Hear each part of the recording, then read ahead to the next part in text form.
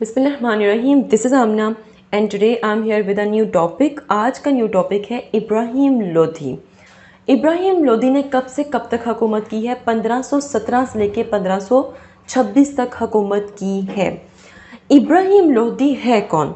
Ibrahim Lodhi was a key historical figure in the Indian subcontinent just before the rise of Mughal empire. इस sentence से आपको क्या पता चलता है? इससे ये पता चलता है कि लोधी डायनेस्टी का जो आखिरी हुक्मरान था वो कौन था? इब्राहिम लोधी था। तो सबसे पहले मैं आप लोगों को एक इंट्रोडक्शन देना चाह रही हूँ कि इब्राहिम लोधी बेसिकली कौन था? Last king of the Lodhi dynasty, ठीक है।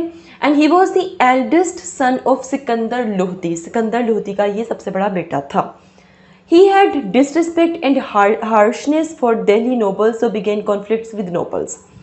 ये अपने बाप पर, अपने बाप दादा पे बिल्कुल भी नहीं गया था क्योंकि उसको बहुत गुस्सा आता था और उस गुस्से से इसने अपना बहुत सा काम ख़राब किया था। कैसे कि मतलब उसके जो नोबल्स थे उनको बहुत डिसरिस्पेक्ट करता था, बहुत हार्शनेस से उनके साथ पेश आता था। तो उससे क्या हुआ कि उसके अपने ही नोबल्स के साथ उसके कॉन्फ्लिक्ट स्टार्ट हो गए और उसने अपने दुश्मन खुद पैदा किए, मैं यहाँ पर ये कहूँगी।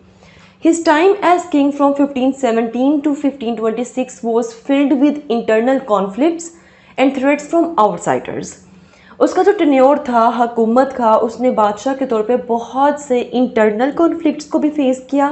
मैं भी आप लोगों को आगे बताती हूँ कि इंटरनल कॉन्फ्लिक्ट्स कौन कौन से थे। एंड एज वेल एज उसने एक्सटर्नल कॉन्फ्लिक्ट मतलब कि जो बाबर ने इन्वेड किया था इंडिया में, ठीक है, वो इसलिए किया था क्योंकि ये वीक हो चुका था। इंटरनली बहुत से कॉन्फ्लिक्ट्स ने इसको वीक कर दिया था। किसको वीक कर दिया था? इब्राहिम लोधी को।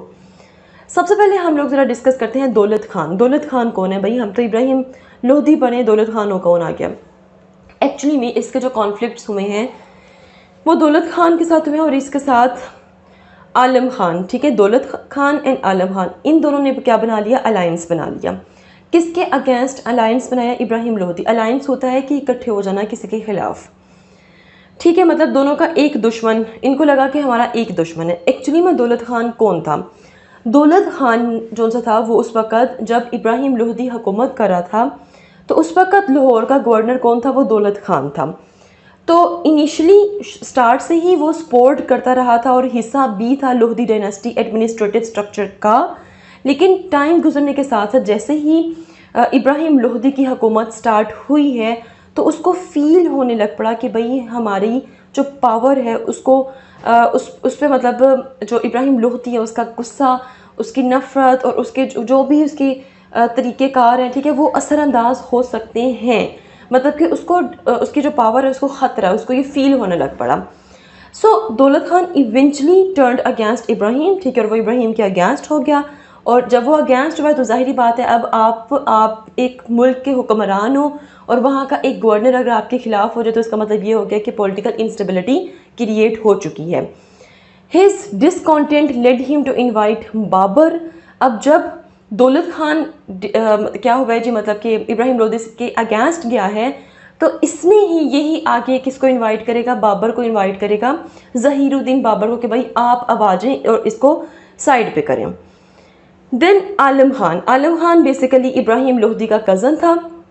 इसने भी बहुत ही इंपॉर्टेंट रोल प्ले किया था इंटरनल पॉलिटिक्स में। किसके अगेंस्ट? इब्राहिम के अगेंस्ट, क्योंकि मैंने आपको बताया था इसने अलायंस बना लिया था।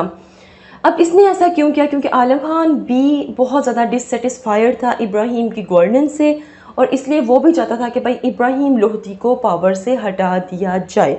मतलब आप देख रहे हो कि इब्राहिम लोधी की जो गवर्नमेंट है, जो उसकी हुक्मरानी, उसमें यूनिटी नहीं है, ठीक है। अब जब यूनिटी नहीं होगी तो उससे क्या होगा कि आपकी जो गवर्नमेंट है, आपकी जो सोवरेनिटी है वो लूज़ होती जाएगी, वीक होती जाएगी, ठीक है, और आपकी हुकूमत बहुत जल्द ख़त्म हो जाएगी।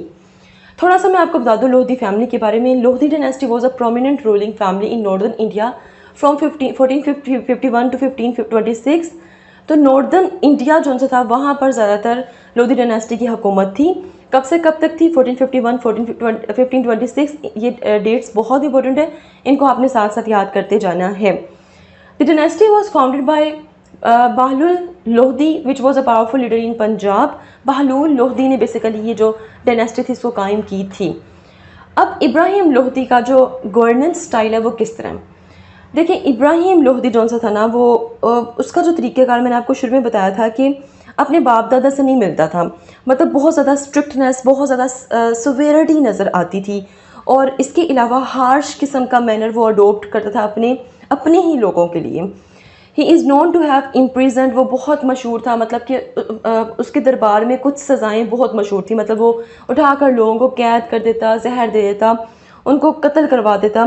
तो ये वो चीज़ें थी जिसकी वजह से डिसलॉयल्टी जो सी थी वो बढ़ना शुरू होगी लोगों में उसके अगेंस्ट, और this created a lot of fear and resentment among his subjects and even with in his court. मतलब उसकी अपनी अदालत में खौफ फैलना शुरू हो गया इब्राहिम लोधी का। जब खौफ फैलता है ना, उसका मतलब ये नहीं होता कि लोग आपसे डरते हैं, उसका मतलब ये होता है कि डरने के साथ साथ लोग आपसे नफ़रत भी करते हैं। तो यही सब कुछ इब्राहिम लोधी के अगेंस्ट भी होना शुरू हो गया। देन एडमिनिस्ट्रेटिव पॉलिसीज़ की अगर मैं बात करूँ तो इब्राहिम की जो एडमिनिस्ट्रेशन थी उसमें डिप्लोमेटिक और एडमिनिस्ट्रेटिव स्किल्स जोन सी थी वो मिस थी। ठीक है, डिप्लोमेसी होती है कि मिलकर एक दूसरे के सलाह मशवरे से कोई फ़ैसले करना, ठीक है, तो उसमें ऐसा नहीं था। अब ज़ाहिर बात है इस जब डिप्लोमेसी नहीं होगी किसी भी एडमिनिस्ट्रेशन में तो उससे क्या होगा कि इब्राहिम लोधी जो था वो इन अबल था अपने किंगडम के अफेयर्स को इफ़ेक्टिवली मैनेज करने में।